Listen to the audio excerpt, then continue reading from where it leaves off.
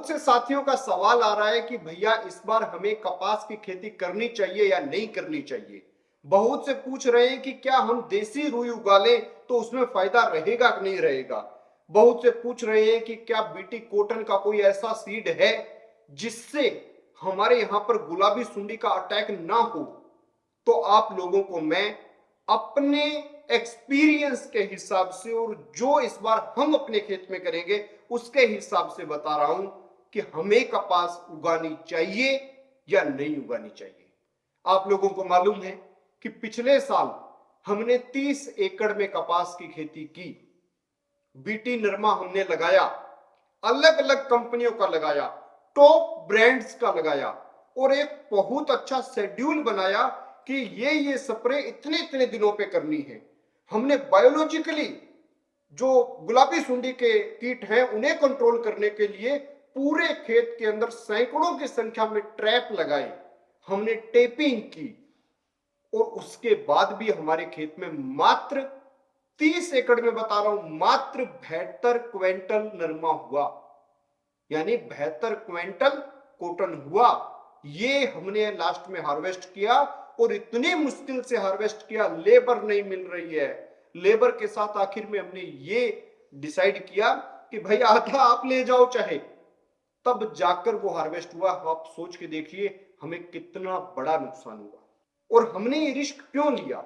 जब पिछले 5 साल में नरमा हो ही नहीं रहा, फिर हमने ये रिस्क क्यों लिया? उसके पीछे का रीजन ये था कि हमारे एरिया के अंदर, हमारे खेतों के आसपास दूर दूर तक हमने पिछले साल लगाया, उससे 2 साल पहले ही लोगों ने लगाना बंद कर दिया।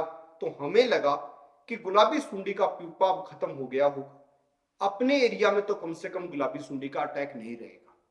शुरुआती फेज के अंदर यही चीज लग रही थी, टिंडे बने, उनके अंदर भी कोई बड़ी गुलाबी सुंडी की शिकायत नहीं थी। लेकिन उसके बाद आई एक बहुत भयानक आंधी और बरसात, जिससे एक बार फसलें काफी तहस नहस हो गई। और उसके बाद हमने देखा कि भयानक मात्रा के अंदर गुलाबी सुंडी जो है वो निकलने लगी और पूरी की पूरी फसल को बर्बाद करके छोड़ दिया।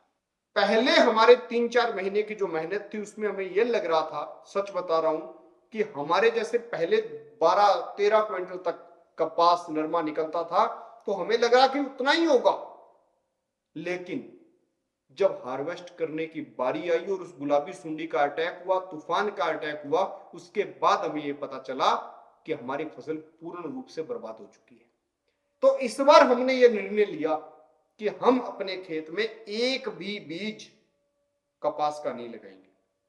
तो मेरी एडवाइस आप लोगों को यही है कि आप भी तब तक मत लगाओ जब तक नया सीड ना आए और गवर्नमेंट जब तक ये नहीं कह दे कि भाई ये सीड है हमारा और इसमें गुलाबी सुंडी आएगी ही नहीं, इसकी 100% गारंटी हम देते, तब तक हम तो कपास की खेती करेंगे नहीं। मेरी ये एडवाइस है। आप मेरे से ज्यादा एक्सपीरियंस्ड हैं, आप लोगों का एक अलग एक्सपीरियंस रहा होगा, तो आपके हिसाब से क्या हमें गुलाबी सुंडी से फसल को बचाने का कोई और तरीका इस्तेमाल करना चाहिए या फिर हमें इसकी खेती इस बार करनी चाहिए?